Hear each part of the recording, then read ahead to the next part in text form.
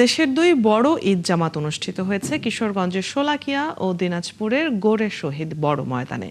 সকাল ৯টায় বৃষ্টি উপেক্ষা করেই শোলাকিয়া জামাতে অংশ নেন মুসল্লিরা।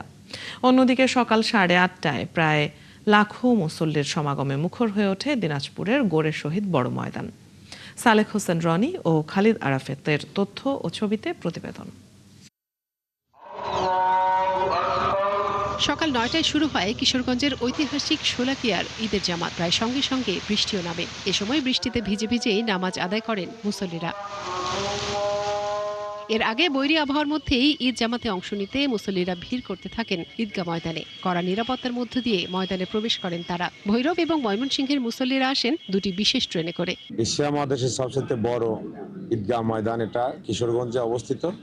তো অনেক ইচ্ছা ছিল আসার। এখানে খুব ঘুরে আসে, দেখলাম এখানে সুন্দর পরিবেশ, দূর দূরান্ত থেকে অনেক লোকজন আসছে এখানে নামাজ আদায় করতে। তো আমরা যে এখানে আসছি, দেখা যায় অনেক হাজার হাজার মুসল্লি একত্রিত হব। তো এটাই সবচেয়ে ঈদের একটা আনন্দের বিষয়।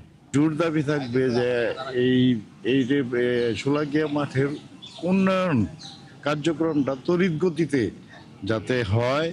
এবার শোলাকিয়ার ১৯৯তম জামাতে ইমামতি করেন মুফতি আবুল খায়ের মোহাম্মদ সাইফুল্লাহ। আর নামাজে অংশ নেন সংসদ সদস্য মাজাহারুল ইসলাম, সংসদ সদস্য শেখ মুজিবুর রহমান ইকবাল সহ প্রশাসনের ঊর্ধ্বতন কর্মকর্তারা। এবার ১৯৯তম ঈদের নামাজ হচ্ছে।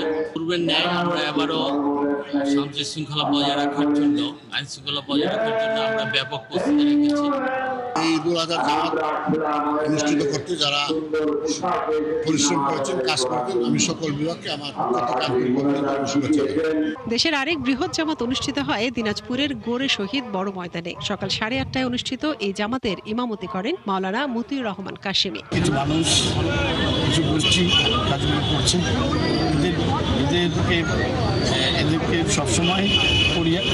সবসময় বরকটের মধ্য দিয়ে এবং তাদেরকে সবসময় আইনের আওতায় এনে দেশকে একটি স্থিতিশীল অবস্থায় নিয়ে যাওয়া আমাদের সকলের দায়িত্ব। নামাজে অংশ নেন দিনাজপুর ৩ আসনের সংসদ সদস্য সৈয়দ জাহাঙ্গীর আলম, জেলা প্রশাসক, পুলিশ সুপার সহ গণ্যমান্য ব্যক্তিরা। প্রায় লাখো মুসল্লির সমাগমে গোরে শহীদ বড় ময়দানের ঈদের জামাত ভরপুর হয়ে ওঠে। মুনিরা কাজেরি, ৭১।